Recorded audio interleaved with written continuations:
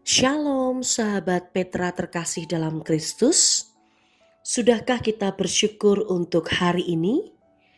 Pada embun pagi hari ini, Selasa 17 Februari 2026, kita bersama membuka hari dengan sapaan Sabda Tuhan. Bersama saya, Pendeta Nugraheni Siwi Rumanti dari GKJ Ambarukmo. Tema renungan hari ini adalah jangan putus asa. Berdasarkan bacaan dari 1 Raja-Raja 19 ayat 9 sampai 18. Mari kita siapkan hati dengan merendahkan diri di hadapan Tuhan. Bersama kita berdoa. Bapa kami yang di surga, kami bersyukur atas hari baru pemberian-Mu. Saat ini kami akan merenungkan sabda-Mu sebelum kami memulai semua aktivitas kami. Kiranya Roh-Mu yang kudus itu menaungi kami sehingga kami mengerti kehendak-Mu dalam hidup kami, bahkan melakukannya dalam hidup kami setiap hari. Bersabdalah ya Allah, karena kami semua siap mendengarkan. Amin. 1 Raja-Raja 19 ayat 9 sampai 18. Lembaga Alkitab Indonesia memberikan judul perikop ini, Allah menyatakan diri di Gunung Horeb. Di sana masuklah ia ke dalam sebuah gua dan bermalam di situ. Maka firman Tuhan datang kepadanya, demikian. Apakah kerjamu di sini, hai Elia? Jawabnya, aku bekerja segiat-giatnya bagi Tuhan, Allah semesta alam. Karena orang Israel meninggalkan perjanjian-Mu, meruntuhkan mesbah-mesbah-Mu, dan membunuh nabi-nabi-Mu dengan pedang. Hanya aku seorang dirilah yang masih hidup dan mereka ingin mencabut nyawaku. Lalu firman-Nya, keluarlah dan berdiri di atas gunung itu di hadapan Tuhan. Maka Tuhan lalu, angin besar dan kuat yang membelah gunung-gunung dan memecahkan bukit-bukit batu, mendahului Tuhan. Tetapi tidak ada Tuhan dalam angin itu. Dan sesudah angin itu datanglah gempa. Tetapi tidak ada Tuhan dalam gempa itu. Dan sesudah gempa itu datanglah api. Tetapi tidak ada Tuhan dalam api itu. Dan sesudah api itu datanglah bunyi angin sepoi-sepoi basah. Segera sesudah Elia mendengarnya, ia menyelubungi mukanya dengan jubahnya. Lalu pergi keluar dan berdiri di pintu gua itu. Maka datanglah suara kepadanya yang berbunyi, apakah kerjamu di sini, hai Elia? Jawabnya, aku bekerja sekiat-kiatnya bagi Tuhan, Allah semesta alam. Karena orang Israel meninggalkan perjanjian-Mu, meruntuhkan mesbah-mesbah-Mu, dan membunuh nabi-nabi-Mu dengan pedang. Hanya aku seorang dirilah yang masih hidup, dan mereka ingin mencabut nyawaku. Firman Tuhan kepadanya, pergilah, kembalilah ke jalanmu, melalui padang gurun ke Damsyik, dan setelah engkau sampai, engkau harus mengurapi Hazael menjadi raja atas Aram. Juga Yehu, cucu Nimsi, haruslah kau urapi menjadi raja atas Israel. Dan Elisa bin Safat dari Abel Mehola harus kau urapi menjadi nabi menggantikan engkau. Maka siapa yang terluput dari pedang Hazael akan dibunuh oleh Yehu. Dan siapa yang terluput dari pedang Yehu akan dibunuh oleh Elisa. Tetapi aku akan meninggalkan 7.000 orang di Israel, yakni semua orang yang tidak sujud menyembah Baal dan yang mulutnya tidak mencium dia. Sampai sejauh ini pembacaan kita tentu yang berbahagia ialah setiap orang yang mendengarkan firman Tuhan, memelihara dan hatinya, dan melakukan dalam hidup setiap hari. Sahabat Petra yang terkasih dalam Tuhan, pernahkah kita berputus asa? Kehilangan pengharapan, dan merasa bahwa segala apa yang kita lakukan, usaha kita, jerih payah kita, kok kayaknya sia-sia.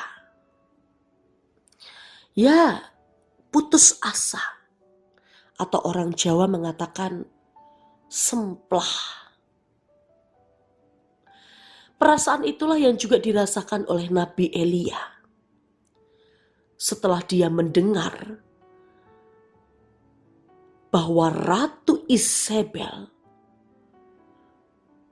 mengancam kalau ketemu Nabi Elia, maka Nabi Elia akan dibunuh. Tentu hal ini membuat Nabi Elia merasa sangat ketakutan. Bahkan sampai berlari ke padang gurun. Dan di sana Nabi Elia meminta, "Sudah Tuhan, ambil saja nyawaku." Ya, dalam keadaan yang tidak baik-baik saja. Begitu berat. Banyak orang menganggap bahwa peristiwa ini, putus asa ini, bisa membuat kita tidak berdaya lagi. Terlebih ketika kita merasa sudah melakukan yang terbaik, tapi nyatanya justru mereka mengatakan itu yang terburuk dan kita harus dimusnahkan. Maka banyak orang di antara kita yang mereka itu mencoba untuk mengakhiri hidupnya. Mereka itu inginnya mati aja. Karena merasa bahwa hidup sudah tidak ada gunanya dan hanya menerima caci maki, bahkan tidak ada apresiasi di situ. Benar-benar tidak ada kekuatan lagi untuk melangkah.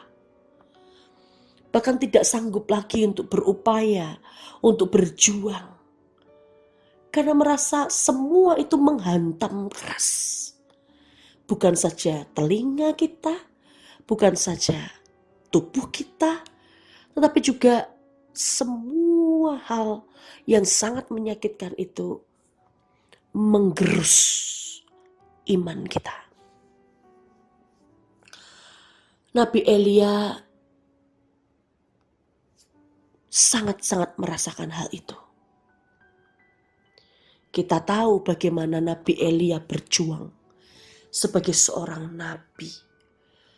Bagaimana dia dipakai Allah untuk bisa menghadapi Raja Ahab yang telah menghindar dari Allah. Nabi Elia berjuang untuk melakukan yang terbaik agar mereka kembali ke jalan yang benar, ke jalan Tuhan, agar bangsa Israel tetap memperoleh keselamatan itu. Tetapi hasilnya ternyata sia-sia. Padahal Nabi Elia begitu hebat, dipakai Tuhan luar biasa. Tetapi justru Ratu Isabel begitu kejamnya, hingga dia ingin membunuh Nabi Elia. Dan inilah yang membuat Nabi Elia itu putus asa. Seolah-olah semua yang Nabi Elia lakukan, dan itu permintaan Tuhan sendiri, ternyata tidak berguna. Tetapi bacaan kita juga mengingatkan satu hal, bahwa Allah adalah Tuhan yang tidak pernah tertidur. Gusti Allah mboten sari. Meskipun manusia selalu mengungkapkan kekecewaan, keputusasaan, tidak puas ini dan itu, selalu mengkritik tajam, selalu menyalahkan, bahkan mengancam untuk membunuh. Tetapi ternyata Allah adalah Tuhan yang senantiasa ada bersama dengan kehidupan kita. Dan itu terbukti. Tuhan ada menguatkan Nabi Elia, memberikan petunjuk apa yang harus Nabi Elia lakukan. Tuhan Allah tidak membiarkan setiap orang yang dikasihinya dan yang mengasihinya jatuh begitu saja. Tetapi justru Allah menunjukkan apa yang harus dilakukan. Dalam 1 Raja-Raja 19 ayat yang ke-15, firman Tuhan kepadanya, "Pergilah, kembalilah ke jalanmu melalui padang gurun ke Damsyik, dan setelah engkau sampai, engkau harus mengurapi Hazael menjadi raja atas Al-Aram." Bagaimana Allah menata hati yang rapuh dan terluka. Bagaimana Allah membalut luka itu. Bagaimana Allah peduli dan tidak membiarkan Nabi Elia dan juga kita hari ini saat ini berputus asa. Sahabat Petra, kalau hati kita, situasi kita, hidup kita saat ini sedang berada di titik yang tidak baik-baik saja, seperti Nabi Elia, tidak ada apresiasi, hanya caci maki. Tidak ada sukacita, tapi adanya kebencian. Maka mari kita belajar satu hal. Sedih, pasti kita tetap manusia yang rapuh. Tetapi hendaklah iman kita tetap kuat. Karena Allah tetap bersama dengan kita. Menuntun kita, menunjukkan jalan untuk kita tetap melanjutkan pesiaran hidup kita. Kalau Nabi Elia bisa bangkit dan melanjutkan karya pelayanan, saya yakin dan percaya sahabat Petra dan saya pasti juga bisa bangkit dan terus berkarya di dalam pelayanan yang masih Tuhan izinkan terjadi dan percayakan bagi kita semua. Secara khusus hari ini, 17 Februari 2026, Sinode GKJ berusia 95 tahun. Dan biarlah ini mengingatkan kita semua. Apapun yang Tuhan izinkan terjadi di dalam kehidupan bergereja, silih berganti, datang dan pergi, dan bahkan mungkin tak ada apresiasi. Tetapi tetaplah ingat, Tuhan Sang Kepala Gereja selalu menjadi sang nahkoda sejati yang terus menuntun kita untuk berlayar di lautan samudra yang seram sekalipun. Ia tidak akan pernah berhenti menyertai kita. Tetap semangat, dan akhirnya selamat ulang tahun Sinode GKJ, Gereja-Gereja Kristen Jawa yang ke-95. Tuhan Yesus memberkati kita. Amin. Sahabat Petra yang terkasih, mari kita berdoa. Kami mengucap syukur Tuhan kalau hari ini kami belajar kebenaran firman Tuhan. Kami sadar bahwa hidup yang kami jalani itu tidak mudah. banyak luka, banyak kesedihan, dan banyak hal yang tidak sesuai dengan harapan-harapan kami. Namun Tuhan ajar kami untuk tidak mengedepankan putus asa kami, apalagi menyerah begitu saja. Tetapi tolonglah kami Tuhan untuk tetap kuat, karena apapun yang kami jalani dan lalui, kami melaluinya bersama Tuhan sendiri. Kami menyerahkan Tuhan setiap jemaat-Mu, kekasih-Mu. Kiranya Tuhan memberkati dimanapun kami berada dan apapun yang kami lakukan. Tuhan kiranya bersama dengan kami. Terlebih di hari ini, Sinode GKJ berulang tahun ke-95. Kiranya Tuhan memberkati, Tuhan menyertai. Biarlah semua acara yang digelar secara khusus segenap panitia, baik dari Klasis Yogyakarta Utara GKJ dan juga Sekolah Tinggi Agama Kristen Marturia Yogyakarta, kiranya Tuhan memberkati sehingga dapat tetap semangat untuk menyelenggarakan acara ini dari awal hingga akhir nanti. Tuhan juga berkati segenap pendukung acara, segenap narasumber, Bapak Pendeta Simon Rahmadi dan juga Romo Joko Lelono. Tuhan kiranya memberkati setiap acara demi acara di bawah satu tema kepemimpinan GKJ yang adaptif dan visioner di tengah era disrupsi. Biarlah Sinode Gereja-Gereja Kristen Jawa Tuhan mampukan untuk terus menjadi gereja yang senantiasa melakukan apa yang menjadi kehendak Tuhan. Kami juga menyerahkan ya Tuhan untuk kehidupan negeri kami Indonesia.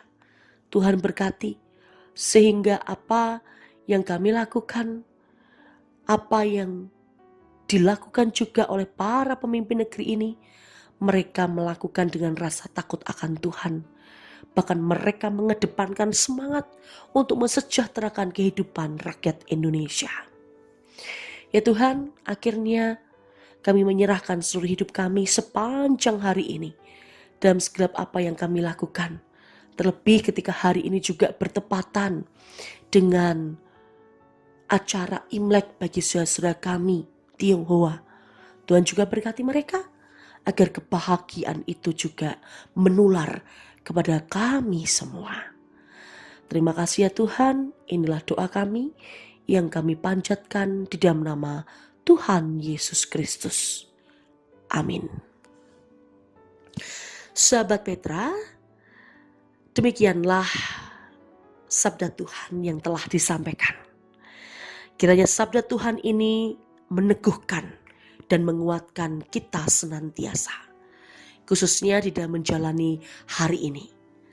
Materi renungan ini bersumber dari Sabdo Winedar atau Sadar, karya Sinode GKJ.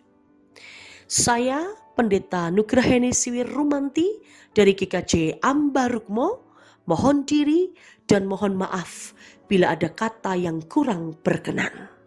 Sahabat Petra, selamat mengisi waktu sebagai saluran berkat Tuhan hari ini. Tuhan Yesus memberkati.